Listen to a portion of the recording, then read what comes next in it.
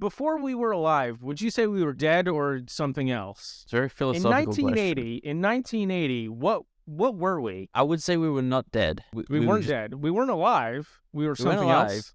We just didn't exist. We weren't a thing.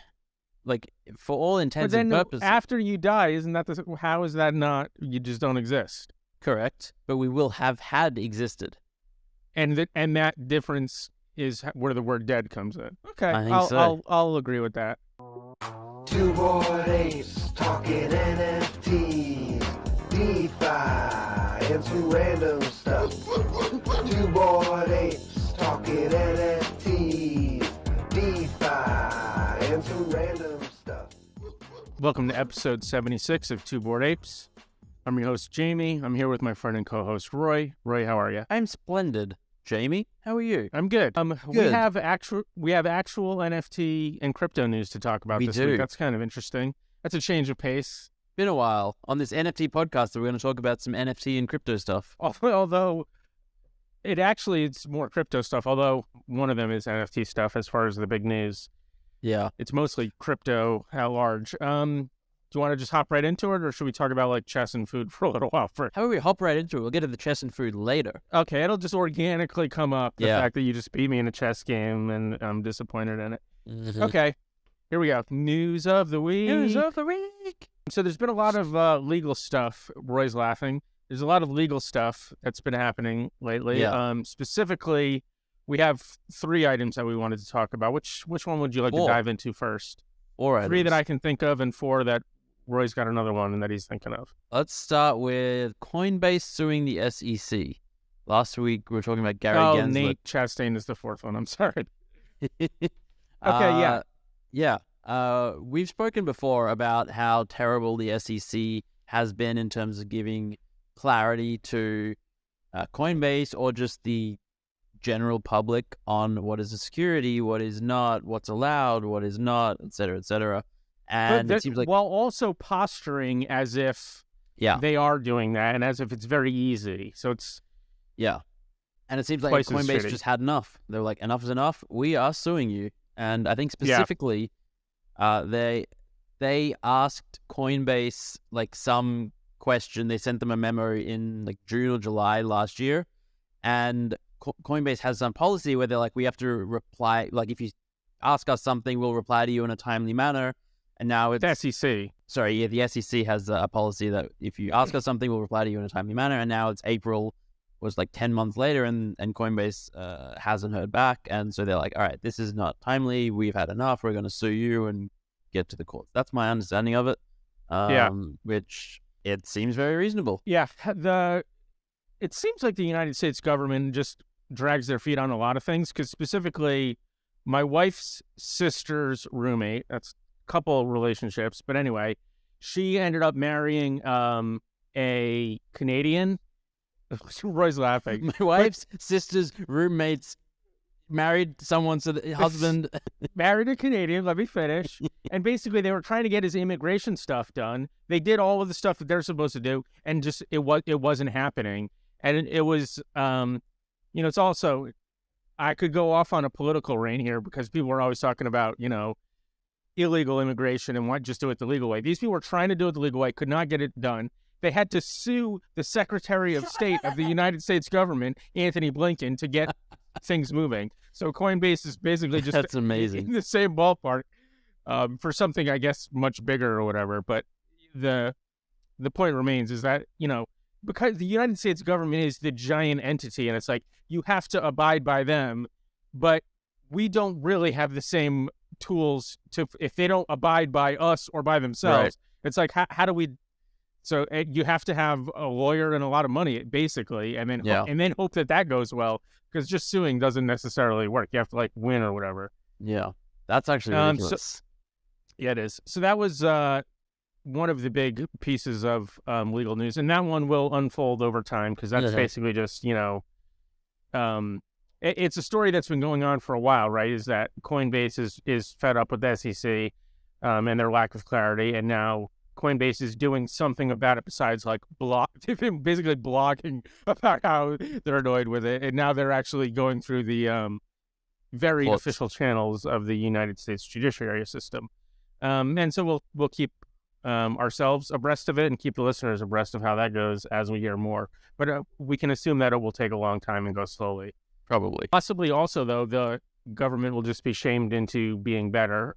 We'll see how that works out. By the way, speaking of somewhat related topic, have you heard any of the juicy stuff about the United States Supreme Court lately?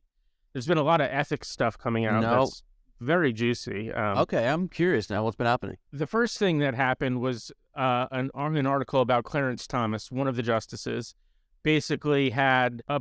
So, you know what a conflict of interest is? Obviously, right? Yeah, so basically, he had a guy that was giving him very lavish presents and trips and stuff, who also had essentially business before the court through organizations that he was involved in. And these are things that are supposed to be, if you have a real estate sale of over this or whatever, if you're in this position, you're supposed to report it, and on and on and on. And he was just not reporting any of it. And then we also heard that Neil Gorsuch had a property that was, I think, for sale for 2 years, did not sell, and then he got the seat on the Supreme Court. 9 days later, the property sold to somebody who has since had like 22 different cases in front of the court. And again, it was just not reported. And the other thing is, too, there's no consequences for them. They just go, oh, well, we'll look into it. No, we have determined that we followed our own ethics rule. It's so annoying. Anyway. Yeah. So that's... Well, I mean, like, there's very little higher than the Supreme Court, right? Like...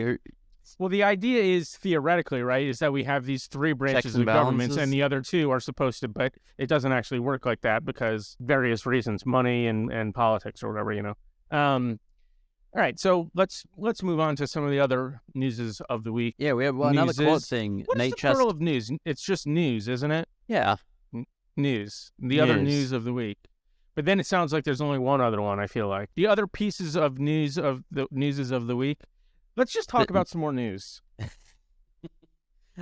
Chastain's trial has started. So we covered this probably a year ago, maybe more than a year ago.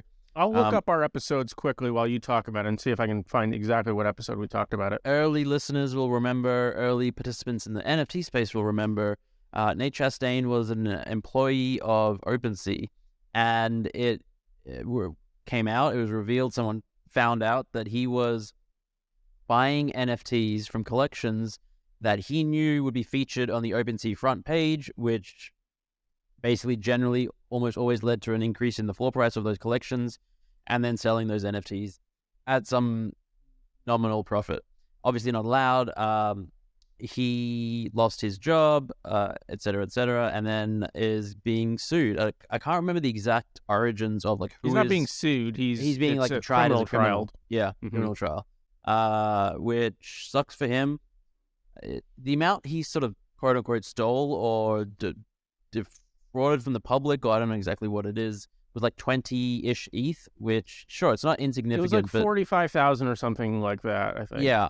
I mean, the amount of people, scammers making out with 6, 7, 8, 9 figures in this space is insane. And the fact that like Sam Bankman-Fried it took so long for him to sort of get arrested and all that kind of stuff, and then Nate Chastain for 45,000 is, yeah, it's a bit. It didn't actually take. It felt like it didn't actually take SBF that long once it was all revealed, though. It was just that like it was completely revealed, and then for like a week and a half, people were like, "Can you believe that he's still?" And then it was still pretty quick. In after my head, that. It was like 7 weeks, but maybe that's completely wrong. Probably somewhere between the two, but yeah. The point is valid. The thing that I took a little bit of issue with when people would talk specifically about how that size was not big, regardless of how, to a lot of people, right, that is a ton of money, and that's a valid opinion. The reason it was only that much is because he was found out, right? It's not like he stole that because he needed it for his mom's cancer surgery and then stopped because he no longer needed it. It was he was actively doing this and then got found out, and it happened to be that he had made about $45,000 by the time he stopped. So that's just that.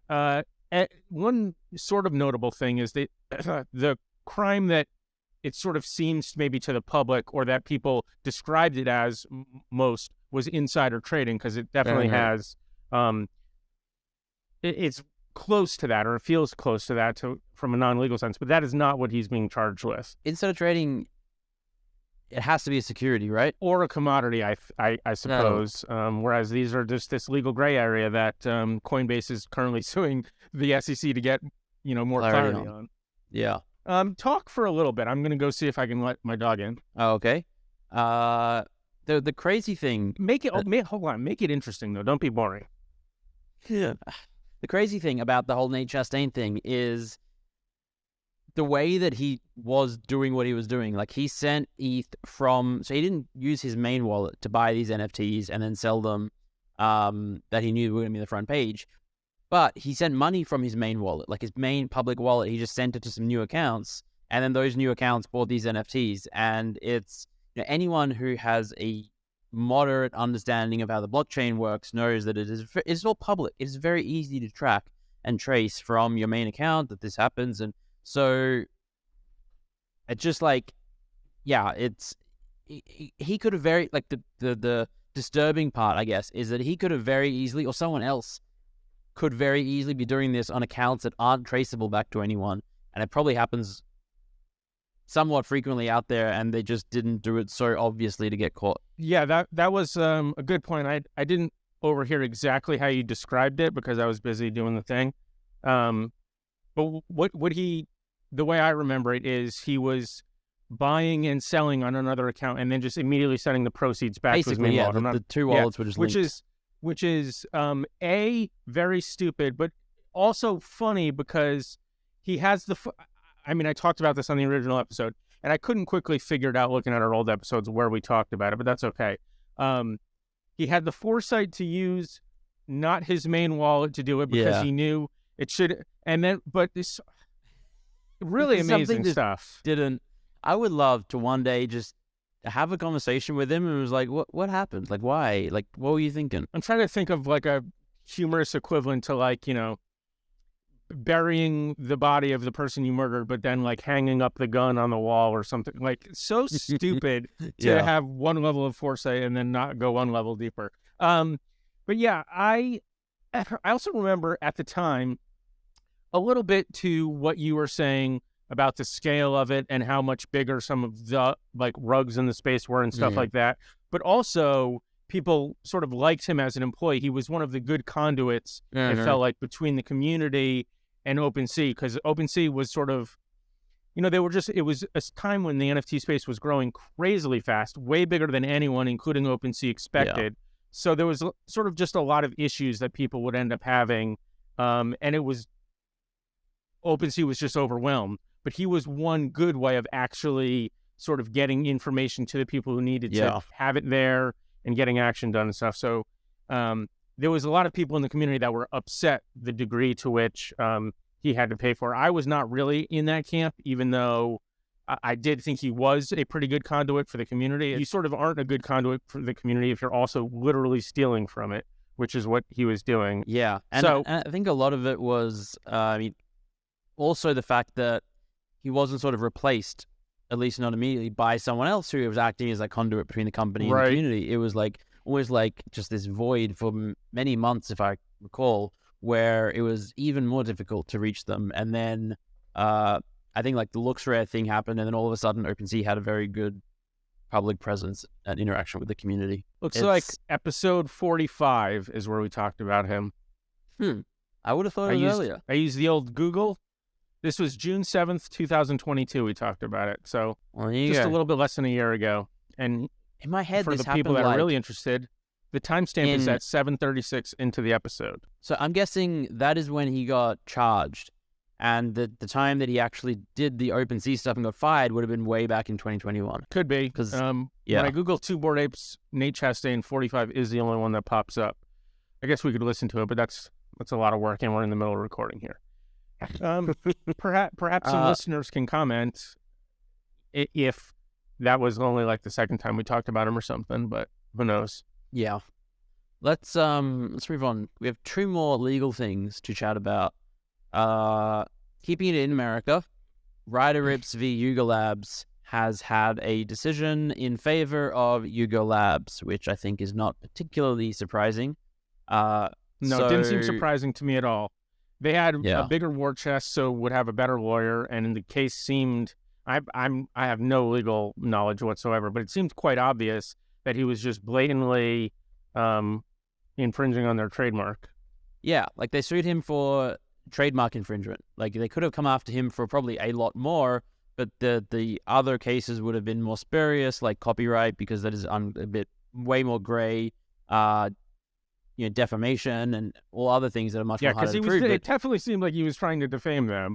Yes, but copyright, trademark infringement, very clear. He was clearly using the trademark and logo and, profiting off of it and all this other stuff. And so, the courts were like, yep, that's correct. Yep, you are wrong, Ryder Ips. Yuga Labs is correct. And I don't think they've announced what sort of damage, like the amount of damages he'll have to pay yet, but it will hopefully be some non-insignificant amount for what he's done. Probably won't be enough to make up for all those lost royalties that Bored Ape Yacht Club is dealing with these days. I was actually doing the math in my head the other day, because how we talked a lot lately, and we'll continue to talk about how much royalties are down and how these companies all were kind of under the impression that royalties would continue to be a thing. But if you also look at the asset prices are like, at best a quarter of their peak, in a lot of these collections, right? So if you go from a 5% royalty on this number to a 0.5% royalty on 1/4 of the number, it's like, it's so bad. But whatever. It's ludicrous. I had really, I had internalized the degree to which the percentage of royalties that the groups were collecting was down, but I had also thought about, Jesus, that's in conjunction with the floor prices being way worse than they were, not even at their peaks, but definitely at their peaks. Yeah, it's a pretty brutal, bloody market out there all around, and projects. Sort of interesting, though, that crypto market itself, pretty good. But it's just the funds are not necessarily interested in NFTs at the moment. Yeah. And when I say funds, I mean just money, not necessarily investment funds. Anything else you want to mention on the Ryder Rip stuff? I didn't even actually know that there was an update on it, so I can't really speak to it further than we already have. All right, well, the next one is the one that I can't speak too much about. I briefly saw something about it, but the EU passed a bunch of crypto laws, and you were reading about it? Well, I think it's one crypto law. Let's see. I have a little bit here on my iPad. The Coinbase Bytes. It's like an email list that Coinbase will send out that gives you some news. So I'm just kind of cribbing right from that here. But it's called... What's cribbing? Yeah. I think it's... I'm not sure. It's young person lingo. No, definitely not. I think it's sort of like somewhere between citing and quoting. Look that up.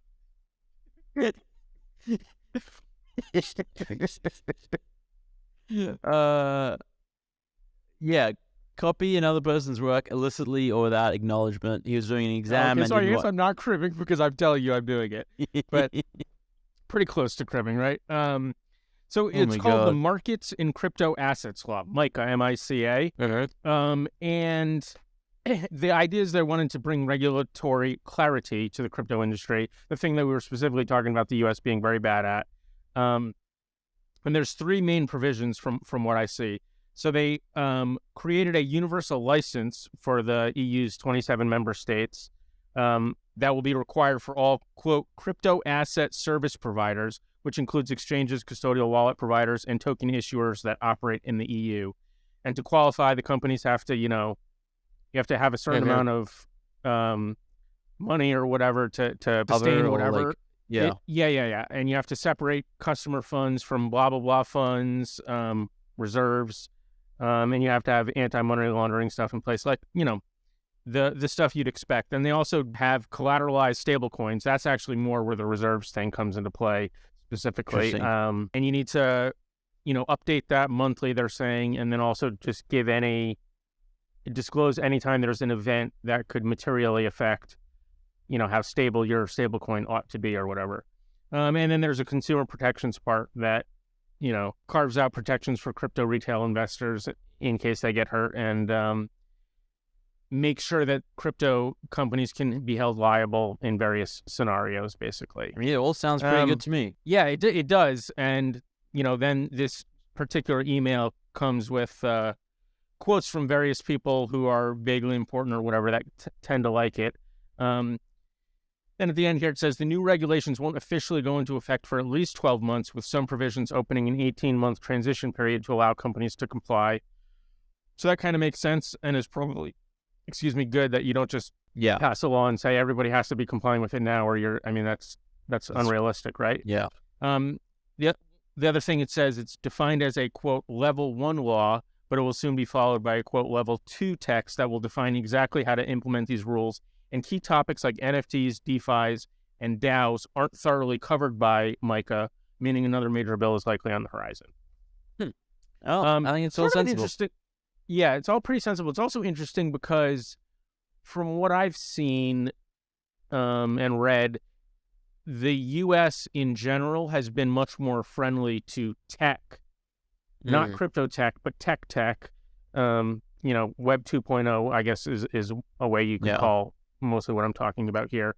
And the EU wasn't, or another way to frame it, I guess, would be that they're much more consumer friendly and wanting to protect the privacy and the data and stuff of the consumers in a way where the U.S. is more concerned with protecting the viability of the business models and that sort of thing. So it is sort of interesting to see in crypto sort of a different perspective, but it does also, to me, make some sense when you talk about, and this is something I feel like I talk about almost every episode at this point, the reason that crypto exists and the types of things that it allows are something that I feel threatens the hegemonic powers more than, the EU, because the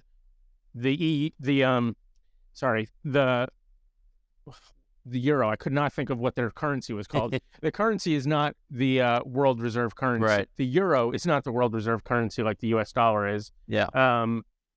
And, the center of world banking is no longer London. It's in New York, although some might say it's like Shanghai or whatever now. But regardless, it sort of makes a lot of sense that the United States has more to lose and fear from crypto, and so is not as excited to embrace it.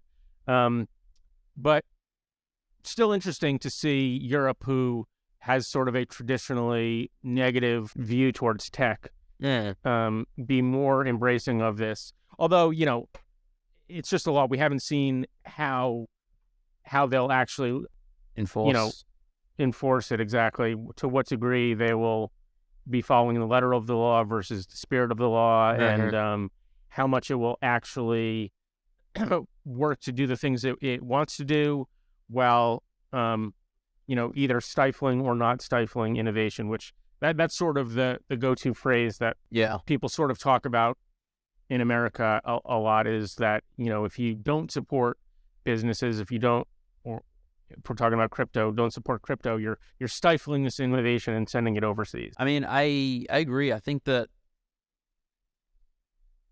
I wouldn't necessarily say this is like super pro crypto by the EU. It's like, this is again them like protecting consumers by making companies, have reserves and report if they go into and do AML and all this kind of other stuff.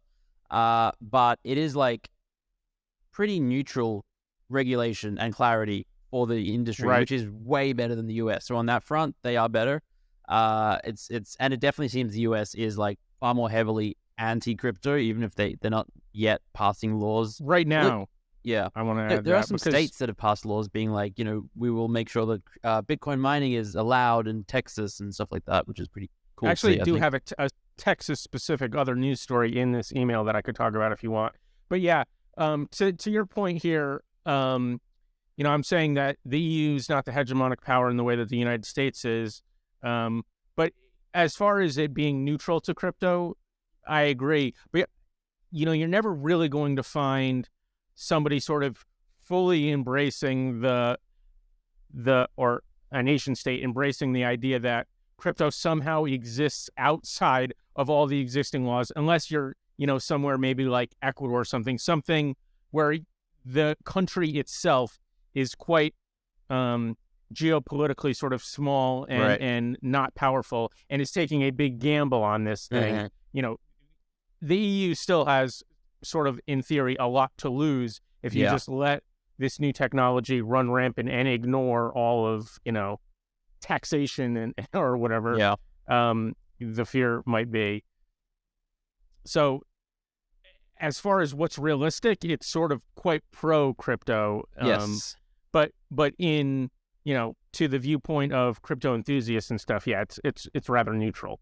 Yeah. I mean, it's definitely neutral, but I would say it's leaning more on the positive side, because there's always a fear that governments will clamp down very hard. And to me, a neutral result is like pretty reasonable win. Like, we don't need something significant where they're definitely like, good. Yeah, like to me, this is really good, because it's like, all right, we recognize crypto exists. We're not just going to ban it. We're just going to tell exchanges how to be responsible businesses. Yeah, they're basically just trying to fold it. For the most part, the way I'm reading it is that they're basically trying to fold it into the existing laws. Okay, crypto exists. It's not going away. Let's not pretend like it's going away. And let's make sure that all the people that want to operate crypto businesses or services... It's such a reasonable approach. Why can't your country do this, Jamie? But because there's a lot of money and power to be potentially lost by the people that currently have it. I mean, that's the way I see it, at least. That was a lot of legal stuff. I think we're done. I mean, we didn't really have anything other than the legal stuff to talk about specific to NFTs. It's been a pretty quiet week, all in all, in the market. Quiet month, quiet year. Yeah.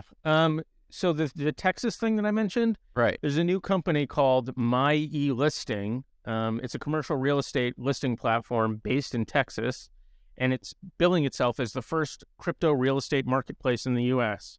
And we've heard of a couple instances of like individuals going, "Hey, I'm selling my house for crypto or whatever." But this is sort of an overall platform where you just list your house for sale and a U.S. dollar price, and then it'll automatically have the equivalent there for. It looks like ETH and Bitcoin are the two supported currencies for it. That's amazing. Imagine, I'll go buy a house, 120 ETH, sure. Yeah.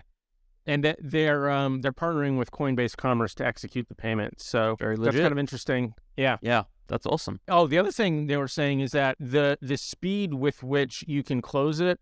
You've bought properties one or two times. Kind of. My recollection of you is that you have done that 2 times. Once in Sydney and then once somewhere else. But anyway, people that have gone through. I have not personally. My wife bought this house before we were together, but it's not a quick process at all. Right. And there's a lot of paperwork and there's a lot of waiting and all of that. This is something where they're saying it's going to be able to close, within a week rather than 50 days or whatever. Yeah. So that's sort of a theoretical nice bonus. We'll see if it actually gains traction. Yeah, I mean, because ostensibly you wouldn't be getting a bank loan. You'd just have the ETH or the Bitcoin. Right. And be sending it. And a lot of, I think, the waiting is paperwork and loans and then all that kind of stuff. Yeah, I mean, I guess escrow. If the equivalent, if you were buying a house in cash, it might also actually be this quick, and so they're not really speeding up compared to the equivalent transactions that were happening in U.S. dollars. I don't really know, but this is the thing that they're saying. Yeah. I also don't know if there's sort of an equivalent thing happening where you can just go, okay, I'm going to do a 10% down payment in ETH and then get a loan for the rest of it like you normally would or whatever. I'm not sure. But you brought up Texas and their sort of crypto friendliness, so I thought I'd bring that up.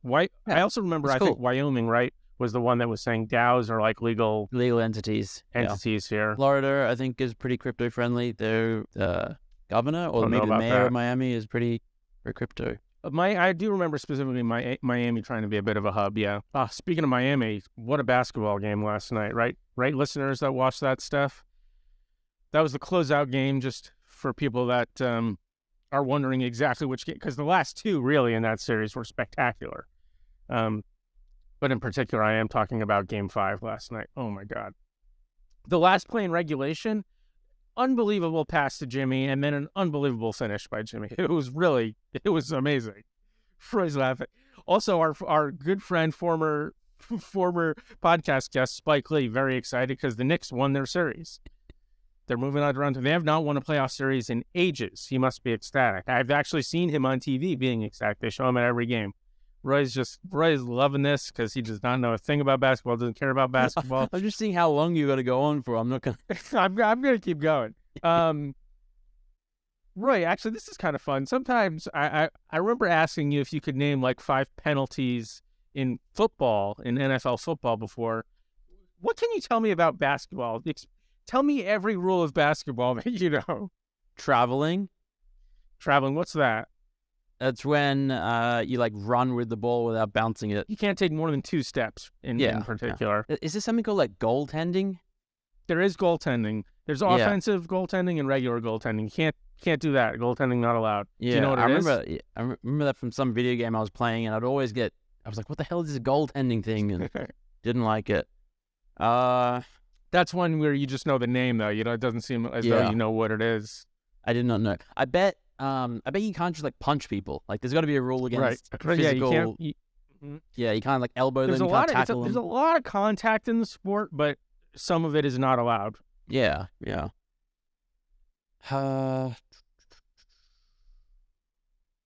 So I got. All right, you want to talk about generative art then, maybe, or something else? Art. Did you see the new art blocks curated? Quite interesting. It didn't sell out, so there's a lot of people that are sort of scared about that or whatever. It's another one of those interactive, multi-dimensional pieces, right? You say another one, but to me, it's like the first one. Well, there's Color Space, which I think was kind of like that. It was like a... Well, you can like click Color Space and make stuff happen, but this one you have to have your webcam turned on. This is definitely... And that's how you're interacting with it. There's one... I mean, Color Space, you click it and stuff. I mean, that even happens with like unigrids, and there's a lot of them that have some level of that. There's... I think it's talking blocks where your microphone interacts with the generative art, so you speak into it, and then there's some... Was that a curated one? No, it was Factory. Factory was the thing. Yeah. But yeah, this right. one, generally, like, I think historically what we've seen is the more complex and layered they are, generally the less appealing they seem to be for whatever reasons. Like, there's some of that. It also seems so tied to how the market is at the time. Oh, yeah. And the NFT market is in a bad place right now. And so that makes it much harder to sell out. I thought this one's particularly cool. It looks... Very interesting. Actually, I almost minted a piece today when I looked at it. Yeah. I still might. But it is also, and I haven't looked at a ton of it, but I did plug in my webcam and look at a few of them. It does seem sort of innovative in its level of interactivity, but I couldn't necessarily say that beyond that it was particularly exciting to me artistically, because so it's like a lot of text, and the text is sort of following you as you do something here. It sort of starts off that the text, this is going to sound weird, the text is like making words. You know what I mean? Yeah. But it'll basically be like, say, a block letter that says, I love Two Bored Apes. But if each of those letters are comprised of lots of little words, right? Yeah.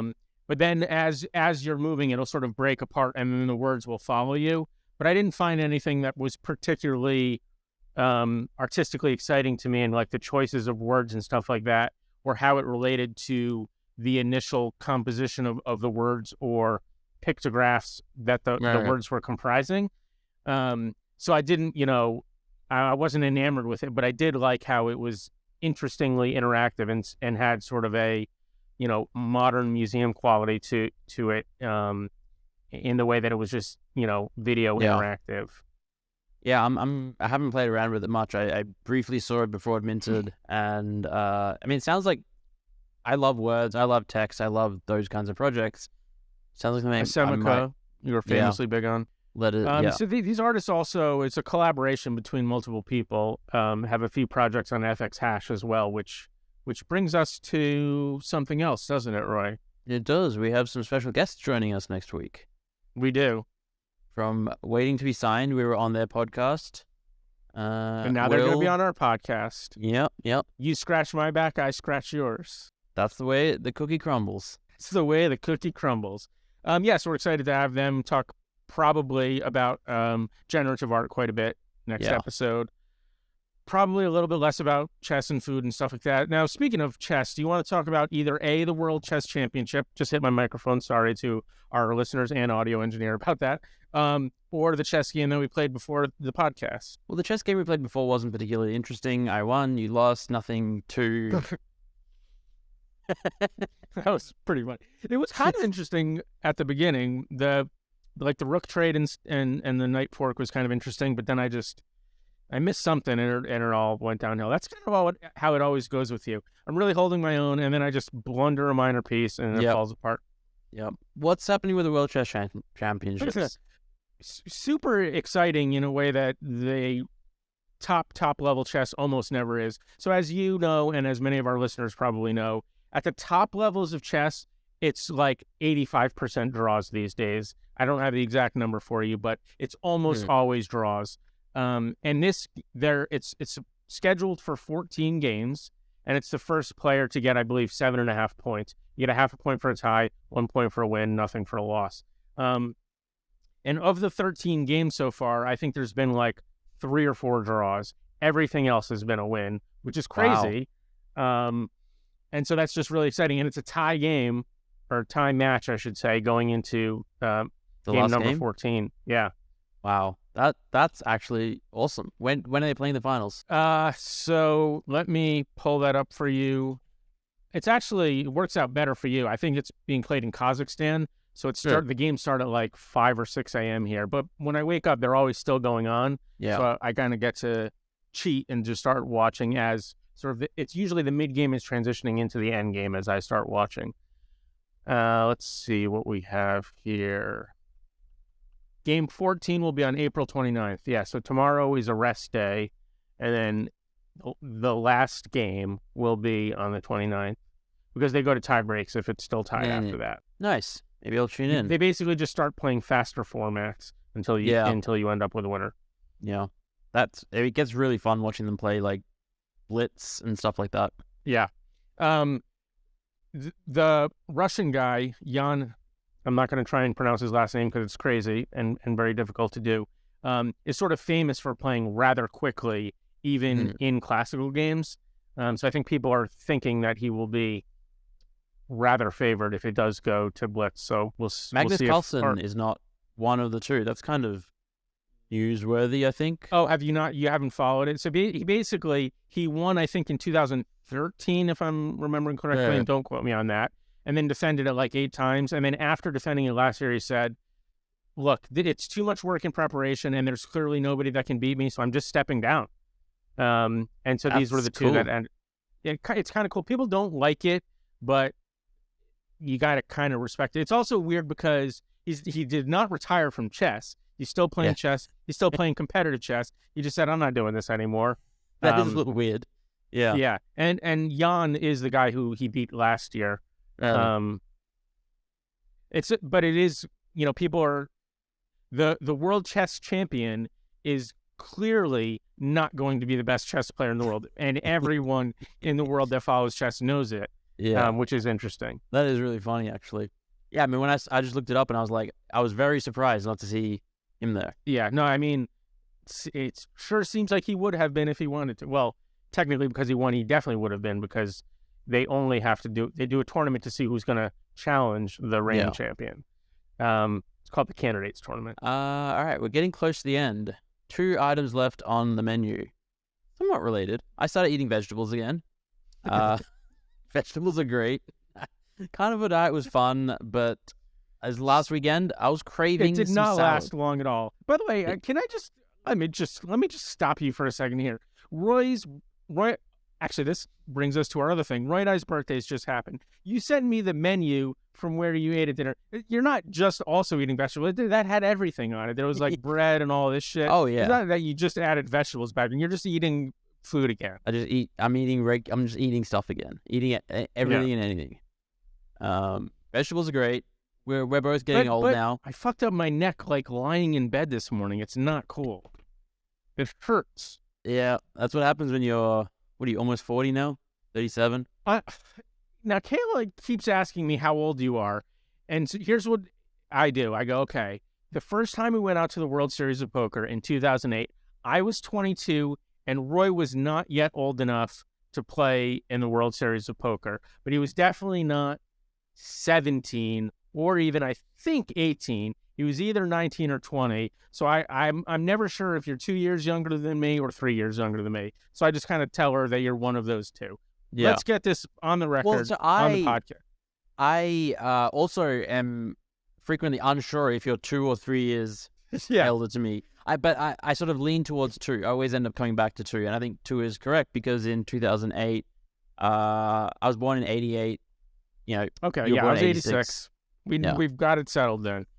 You're only 2 years younger than me. Yeah, I was talking to my brother on my birthday, and we were just talking about age and how old we were getting, and just like the realization in 15 years for me and in 13 years for you, we're going to be 50 years old. That is mind-blowing to me. It's like, I know, I don't want to talk about it or think about it, Roy. I mean, it is weird, though. The other thing, though, I think everybody feels that. The 60-year-olds are going, I can't believe I'm going to be 70 in a decade or whatever, right? And we all still feel like, you know, somewhere between 16 to 25, wherever we were when we felt like, okay, now I'm me, right? We're all still sort of that person inside, but like now we injure our necks rolling over in bed in the morning and stuff. Yeah. But like I walked around the neighborhood 2 times. Why does my foot hurt? Like, holy shit. Yeah. So listeners, we're getting old. We're getting old. Maybe we'll live long enough to be able to... As they say, though, right? Better than the alternative. Getting young? I think dying is being dead. It is. It is indeed. We don't really know, right? We've never been dead before. Half that I'm aware of. Now, before we were alive, would you say we were dead or something else? It's a very philosophical question. In 1980, what were we? I would say we were not dead. We weren't dead. We weren't alive. We were something else. We just didn't exist. We weren't a thing. Like, for all intents and purposes. After you die, isn't that how is that not, you just don't exist? Correct. But we will have had existed. And that difference is where the word dead comes in. Okay. I think so. I'll agree with that. Yeah. You're not afraid of death anymore, right? You used to be very afraid of death. I used to be very afraid of it. Now I feel certainly less afraid of it, but it's not, like if I had a terminal diagnosis tomorrow or something, I'd probably be much more fearful of it than I am this second.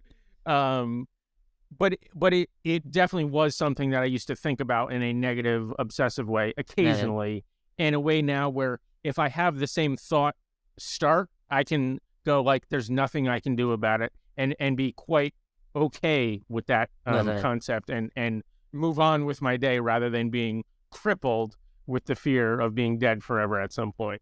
Yeah. So this has been episode 75 of our podcast about death. 76, Jamie.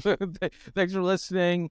We'll talk 76. More about existential dread in next week's episode with Will and Trinity. But I just remembered that they're coming out next week as I plug us talking about the fear of death. That could be a fun thing to talk to them about. I would love to talk.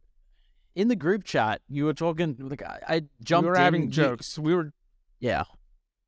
Well, Will has comment. Will is a listener of the podcast. Will, hello, thank you for listening.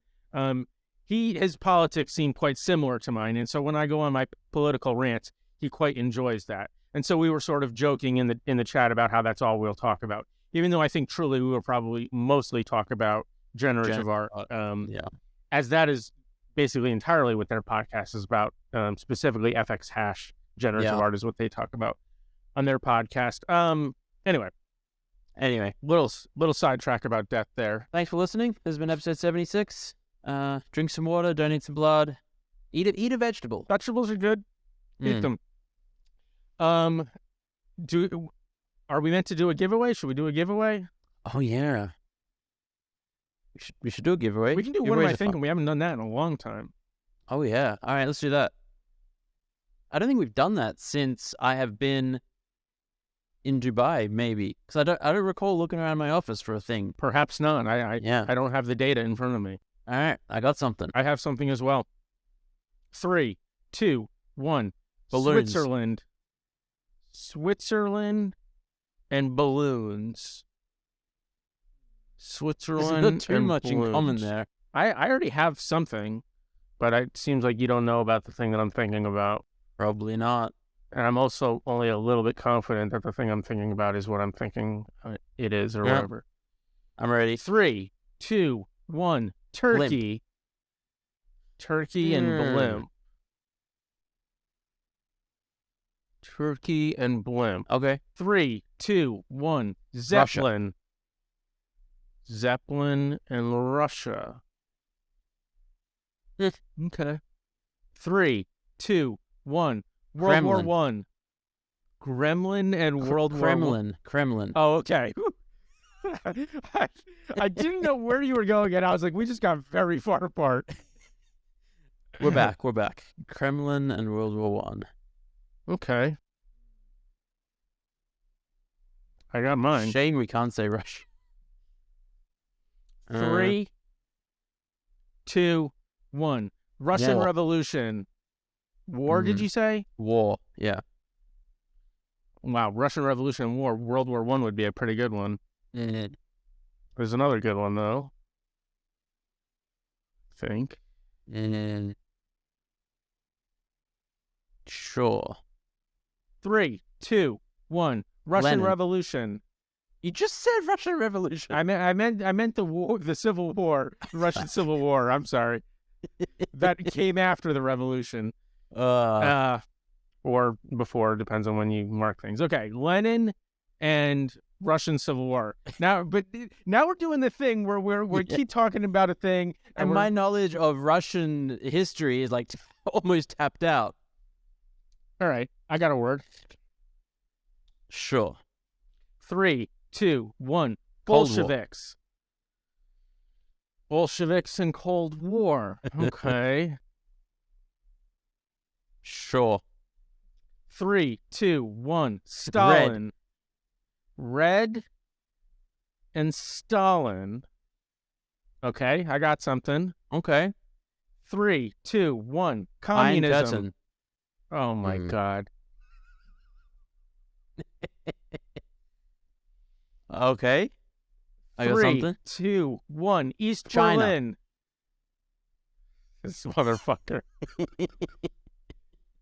By the way, people who are listening to this podcast for the first time, if there is anyone has no idea what we're doing. What do we have? China and East Berlin. Yeah. All right, whatever. Sure. 3, 2, 1. Germany. Gorbachev. I was going to say Gorbachev like a few Germany. Back. Did we? I can't ask if we already said that because that gives away that I'm thinking of saying it. Gorbachev in Germany we're at? I'm going to... Okay. 3, 2, 1. Twilight Struggle.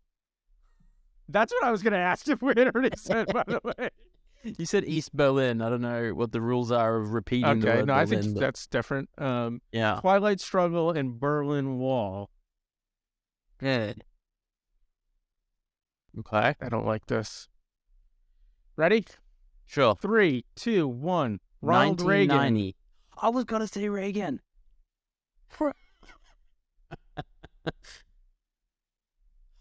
This might be the worst we've ever done. You ready? For, sure. 3, 2, 1. Nukes. AIDS and nukes. I got something that covers both of those, I think. Sure. 3, 2, 1. Catastrophe. Death. Oh, God damn it. We talked about death all this time before. Yeah. Okay. Death and catastrophe. Oof. This is taking so long. Death and catastrophe. Boy, this is also getting rather dark. I feel like catastrophe would never. It we're matter. So far off balloons in Switzerland. Yeah. Are you ready? Sure. 3, 2, 1. Genocide. I was thinking genocide. Oh, genocide. Morbid. I got one. I got one. All right. 3, 2, 1. Holocaust. Holocaust. Fuck. So close. Boy, oh boy, where do we go from here? Just a few. 3, 2, 1. Concentration camp. Oh my God. Okay. This is the darkest episode of Two Bored Apes ever. Yeah. You ready? No, not yet. Okay. I got my morbid answer. This is awful. All right, I got one. 3, 2, 1. Gas chamber. Yes. Yes. This is the weakest celebration ever. Oh my God. By the way, this theoretically means that the password for the giveaway is gas chamber. Okay. How about we go with balloons?